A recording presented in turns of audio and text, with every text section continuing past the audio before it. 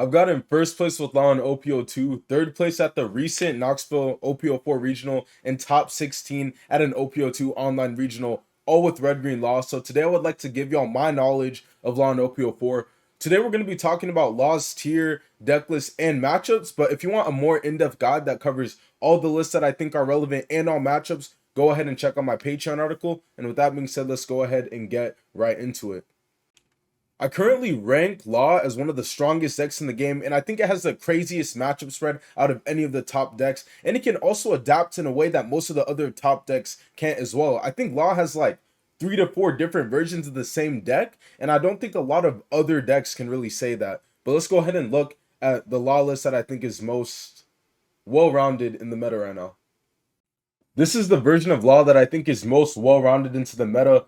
But if a meta was too Whitebeard heavy or Zoro heavy, I would consider Tex in order to deal with like either of those decks specifically. But let's go ahead and talk about what this deck features. So the first thing y'all will notice here, or the first thing I'll talk about anyways, is that we have a total of 22 1-drops. That's 4 Otama, 4 Chopper, 3 Starter Nami, which we'll talk about, 3 Beige, 4 Bonnie, and 4 Nami. I'm a huge fan of having 22 1-drops. I feel like 22 1-drops is very, very strong into a Whitebeard meta where you want to play a bunch of 1-drops early on, and into Zoro as well where you also want to play a bunch of 1-drops early on. And it's just nice for being able to help kind of guarantee that shambles by turn 3, because turn 3 is the turn that you ideally want to shambles as Red Green Law. So the first card we're going to talk about is Starter Nami, and I think this card is absolutely insane in this format right now. Even though Whitebeard doesn't have 9-beard anymore and they just naturally lose life, it's very nice to still have Nami to have extra pressure against Whitebeard. Just being able to swing 6k every single turn guaranteed with our leader, regardless of if we tap out or not, is insane. And it also combos very well with Rush Zoro against Whitebeard as well. Huge fan of this card. It's also very good at the end of the game for comboing with Resend Law, because it can just make like all the units we need to play in order to like shambles and Resend Law free. So like, for Luffy, for example, we can play like Starter Nami Brook, and now we can swing like 14. It's 14, right? Yeah, 14. But if we didn't have Starter Nami or Brook, we'd have to play like, I don't know, 3 1-drops. So we have like 5 down left, and we're only swinging 10. I can't really go more in depth right now, but hopefully that makes sense if y'all rewind that back. Next up, I'm going to talk about 2 Sanji. I think 2 Sanji is really, really good in this meta right now. I think 2 Sanji is insane against Queen. It just makes Queen a free matchup. Nami's already free, but it just makes Nami a free matchup as well. But I think it's also really, really good into Rebecca. Rebecca is one of this deck's worst matchups since Sanji has 2 roles. Being a 2-drop is very, very strong against Rebecca, because against Rebecca, you only want to play 2 drops early. Then on top of that, Sanji allows us to add life. That way we can keep up advantage against Rebecca, since Rebecca does not attack our life. Next, I would like to talk about Vista. I think Vista's just generically good in the meta right now. I think in the past it wasn't that crazy. I think it got cut from decks due to 9-beard. I think this card was terrible against 9-beard, Whitebeard, but I think this card's pretty decent against Strawbeard and Purebeard. Like being able to pop Fosses and Choppers is pretty convenient. Then obviously this card's strong in the mirror match since Lost seems to become more popular, and Vista is very strong against Zoro as well. And then I also want to talk about Rush Luffy. Rush Luffy has been insane, man. Like, this card has been one of the greatest additions to my deck. I even made tweets about this card. Like, it's wild, bro. Like, being able to shambles Bonnie when we miss like a blocker law or something is absolutely insane. And being able to attack unblockables is strong against so many decks. And being a rush unit, being an unblockable rusher is one of the key one of like the key ways to attempting to beat Rebecca. So I have a lot of respect for this card. Then the last thing we'll talk about here is the Zoro split. So I think I had 3 or 4 Rush Zoro. I think I had 3 Rush Zoro, 2 Starter Zoro at Knoxville. Since I wanted to add in Vista, I had to reduce the count. But instead of going 4 Rush Zoro, I decided to have 1 Starter Zoro. The reason for this is Starter Zoro is a very strong card against both Law and Whitebeard. Sorry, not Law and Whitebeard. Against Whitebeard and Zoro. Even though it's only a 1 of, if you see it, it just increases like the resistance to those decks by a lot. Like being able to shambles in Starter Zoro off of Law is always better against Whitebeard. And then if you can shambles in Starter Zoro off of Law early enough against Zoro, that's cracked as well, because you're fielding 2 6k bodies at the same time. With that being said, let's go ahead and get into the matchups. Before we get into the matchups, I want to give some people just some basics on playing Law. So you want to choose to go second in like 99% of the matchups. Just being able to go second is way too strong. It allows us to draw 2 cards from deck and also draw 2 cards out of life because our opponent's attacking us by shambles turn. So we get like a total of like just 4 cards by our Shambles turn going second, which is absolutely insane.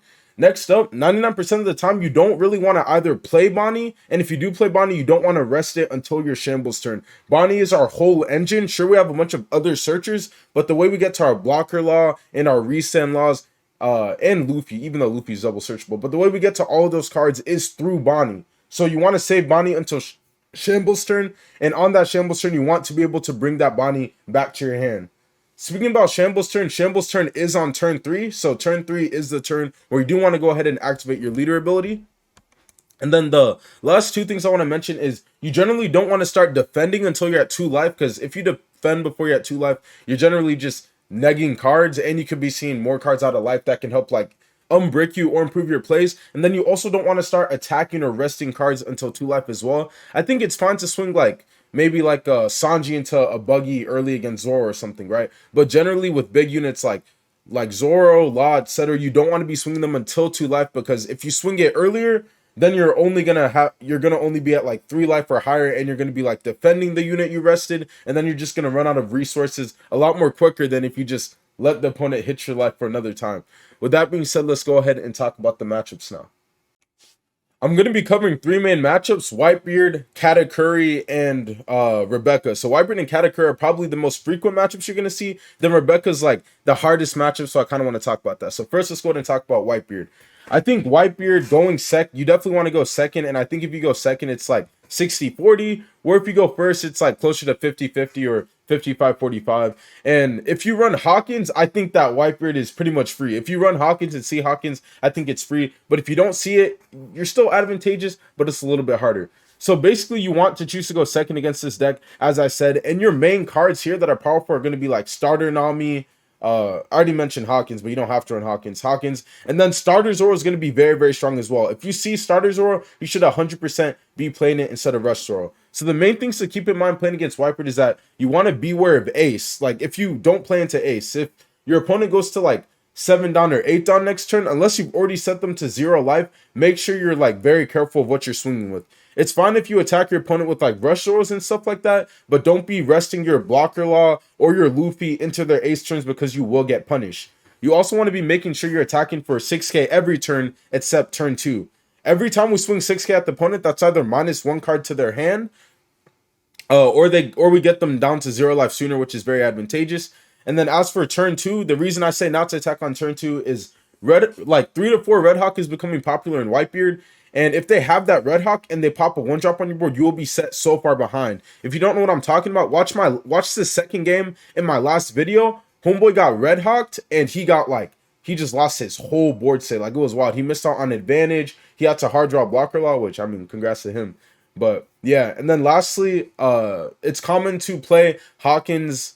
Well, you just play Hawkins on curve. But if you don't see Hawkins on curve, it is common to play like Hawkins, or leave an unblockable Luffy standing when your opponent is at 0 life. For the people who don't play Hawkins, just hard playing Luffy or Shambles in a Luffy and leaving it standing is going to be one of your best plays, because it threatens the opponent having to deal with you swinging 14k twice. So that's absolutely huge. Next up, let's go ahead and talk about the Katak Curry matchup. So Katak Curry is a pretty favorable matchup for Law. Whether you go first or second, it's advantageous, but I would choose to go second in order to deny Katak Curry their curve, and Law is strong going second anyways. So your main powerful cards in this deck, it's pretty much just going to be Blocker Law and the Searchers. Obviously, the Zoros are strong. Vista is strong as well. It can pop, like Vista can pop Amande, which is a card that rests unit. So Vista is very solid as well. But you don't really need any key cards for this matchup. You pretty much just see Blocker Law, Searchers, and then you also need to see low-cost blockers. I think the way you lose to Katak Curry is if you don't see like enough defense, if you don't see enough low-cost blockers, and then maybe if you don't see enough attackers. But there's a lot of good cards, as I said, low-cost blockers, Robin, Rushers. Hawkins is actually good in this matchup as well. Katak Curry isn't a reason I would run Hawkins, but if you do run Hawkins, just know that it is strong against Katak Curry, because it allows you to clear like trigger units and Randolphs and stuff like that very effectively. So in the early game against Yellow, I tend to attack any trigger units that come out of life. I know there's some people who prefer to just like race the opponent's face, but I think there's less room to lose if you just clear the trigger units and then you just swing like 5Ks at face and stuff like that. Like, that's the way I've been playing it, and I generally always beat Katak Curry. Even in the law video where I won, I even mentioned how I got hit by like 5 triggers and I cleared like 4 different Paraspurs and I still won. Like I just don't like risking leaving trigger units on the board because it gets rid of my hand so much faster. I have to use blockers sooner and stuff like that. Also, be sure to start defending from like 1 to 2 life and make sure to use your 1 cost blockers effectively. That's going to be like the make or break in this matchup. If you're not cognizant of like only having 1 blocker and then you get like Strusand or Amandade and they mess up your board, or they go for like a huge push to face and you have to get rid of a lot of cards, that is definitely how you'll lose. And then the last thing I want to mention is when your opponent 7-cost moms, I personally recommend giving them life when they use 7-cost mom. I know there's people who will like trash their own life, but I think if you trash your own life and then you get like trigger sacked out of your opponent's life, you'll lose. Versus just give them the life, bro. Like we're playing like 20, we have like 20 attacks per turn versus Katak Curry only playing like 1 big unit every turn outside of the trigger unit. So I would just give them the life and just focus on building up your board and attacking with the stuff on your board. Lastly, I would like to talk about the Rebecca matchup. So going first against Rebecca is disadvantageous, and going second is also disadvantageous. At the moment, I prefer to go second. I'm not sure which one's better yet, but I've definitely seen a higher win rate going second.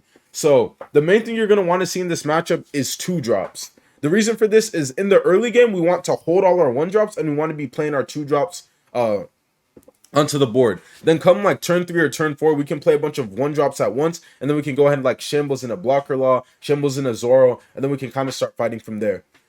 In the early game, I would attack your opponent for 7k plus, or don't attack at all. The reason I say not to attack at all is because if you attack them, sure, they discard a card, but they didn't really discard a card because they'll just use the leader ability next turn, and then not only did they not lose a card, but they actually got to search. But if you don't attack them, there's a chance that they can't use a leader ability, and we're denying them extra search, which is very nice. And the reason I say to attack for 7k plus is even if they do get to use leader ability, they have to discard 2 cards out of their hand, which I think is more valuable than denying their search. So like an example of attacking 7k would be like on turn 2, you play a 2-drop and then you attach the remaining 2 down to leader. That's an example of attacking 7k. Or let's say I play Dada on Sanji, then I probably won't attack with my leader that turn. So you basically want to play those 2 drops early.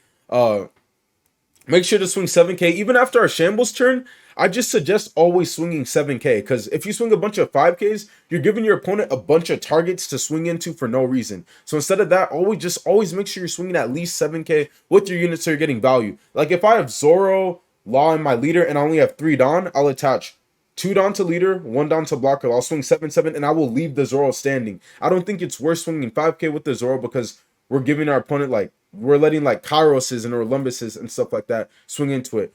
And then the last 2 things I want to mention here is before your opponent's 7-cost Luffy turn, so on our turn 3 going second, you want to get out 2 1-cost blockers and then shambles. The reason for this is on your opponent's turn, they're likely going to play 7-cost Luffy. So in order to defend against 7-cost Luffy, we do want to have at least 1 1-cost blocker. That way we can just get a free block off. And then you want to save your rush Luffys for the very end of the game. That way you can attack your opponent for unblockable and win the game. Because Rebecca like walls out with blockers at the end of the game. They just have a bunch of blockers up. So being able to just break past that impenetrable wall with unblockable Luffy is absolutely insane. This is it for my brief guide in Law and OP04. I covered the deck that I think is most well-rounded into the meta, and I talked about the matchups that I think are most relevant in the meta, which is like Wyvern and Kata, which are the most popular. And then Rebecca, which is the worst matchup. Most of the other matchups I think you can kind of figure out through playing and stuff like that. But if you do want a more advanced guide that covers all the matchups and covers like 4 different Law deck lists and how I rank in like which one I would take to which tournament, go ahead and check out my Patreon article on Patreon. I will be linking that in the description and maybe in the comments below. With that being said, let me know what y'all thought about this video. If there's any other key matchups y'all want me to talk about in the future, because I am open to potentially just making another matchup video talking about some more key matchups. And with that being said, I will catch you on the next one. Peace. Oh wait, what the peace?